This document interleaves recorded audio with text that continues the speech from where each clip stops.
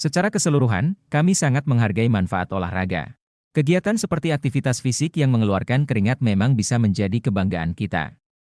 Namun kali ini kita tidak membicarakan olahraga pada umumnya yang begitu terfokus hanya pada soal kebugaran jasmani.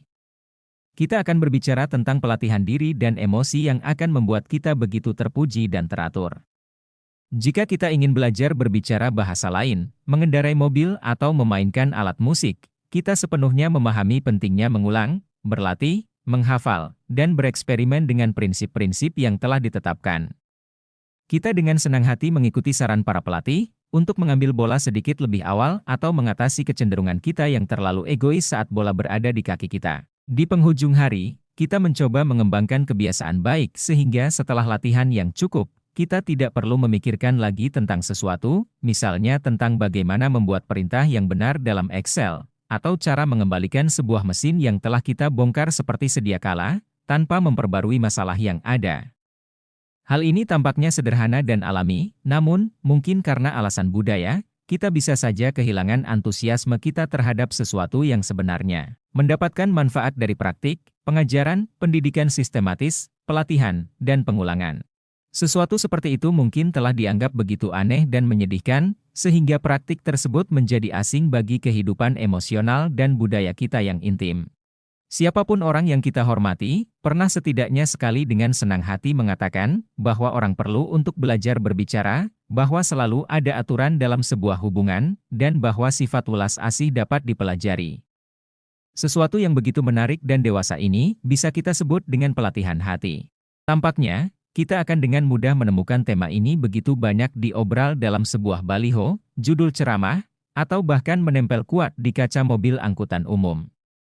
Beberapa orang telah mengklaim bisa memperbaiki hati atau sejenisnya. Namun sayangnya hanya sedikit yang bisa kita percaya, lalu pada akhirnya, kita telah cukup berani untuk mengembangkan pandangan yang sangat negatif tentang peran pengajaran, aturan, dan praktik dalam kehidupan emosional, sosial, dan budaya. Kebanyakan dari kita akan dengan senang hati menganggap kalau aturan tampaknya selalu menjadi penindas. Gagasan belajar tentang suatu hubungan, teman, atau percakapan, sekarang terdengar terlalu kasar, terlalu formal, sombong, atau palsu. Jadi untuk saat ini kita lebih tertarik untuk mencetak manusia bermanfaat secara ekonomi, namun membiarkan kerapuhan itu menghancurkan dia atau kekasihnya. Pandangan semacam ini adalah kerugian besar. Seperti yang telah kita pelajari dari banyak lapisan masyarakat, sesuatu seperti praktik, pengajaran, dan aturan dapat membantu kita mengembangkan keterampilan emosional dan budaya yang penting. Menyempurnakan keterampilan komunikasi, belajar empati, dan memahami dinamika hubungan adalah hal-hal yang dapat dipelajari dan ditingkatkan melalui latihan dan pengulangan. Kita dapat mengamati bagaimana orang-orang yang pandai berkomunikasi sosial dan memiliki hubungan yang sehat seringkali melalui pembelajaran dan pelatihan yang intensif. Sayangnya jika sudah menyangkut dunia emosional dan budaya, kita seringkali tidak mau berpartisipasi dalam latihan dan pembelajaran. Mungkin karena kita terlalu takut itu akan menggerogoti keaslian dan spontanitas kita sebagai orang yang dikenal asik. Tetapi kita harus memahami bahwa pendidikan dan pengajaran tidak selalu bertentangan dengan kejujuran dan keaslian kita. Sebaliknya, itu adalah alat yang membantu kita tumbuh dan berkembang dalam hal-hal yang penting bagi hidup kita. Mungkin sudah waktunya bagi kita untuk sekali lagi mengadopsi pendekatan pendidikan dan pengajaran yang lebih terbuka dalam kehidupan emosional dan budaya kita.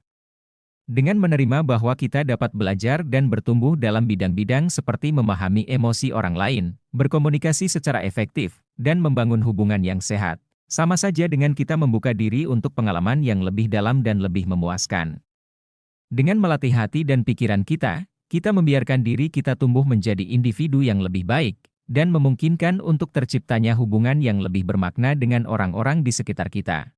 Sebagai catatan akhir, kita harus menyadari bahwa sesuatu seperti kebiasaan, pengajaran, dan aturan memainkan peran penting dalam pengembangan keterampilan emosional dan budaya hidup kita. Dengan menyempurnakan keterampilan ini, kita dapat membuka pintu menuju hubungan yang lebih intim, bermakna, dan emosional. Jangan biarkan pandangan negatif kita tentang latihan dan pengajaran menghalangi potensi kita untuk berkembang dalam kehidupan pribadi dan budaya kita. Dengan menerima nilai dan manfaat dari latihan ini, kita dapat mengembangkan kepekaan, kecerdasan emosional, dan hubungan mendalam yang mengarah pada kehidupan yang lebih kaya dan bermakna. Salam positif.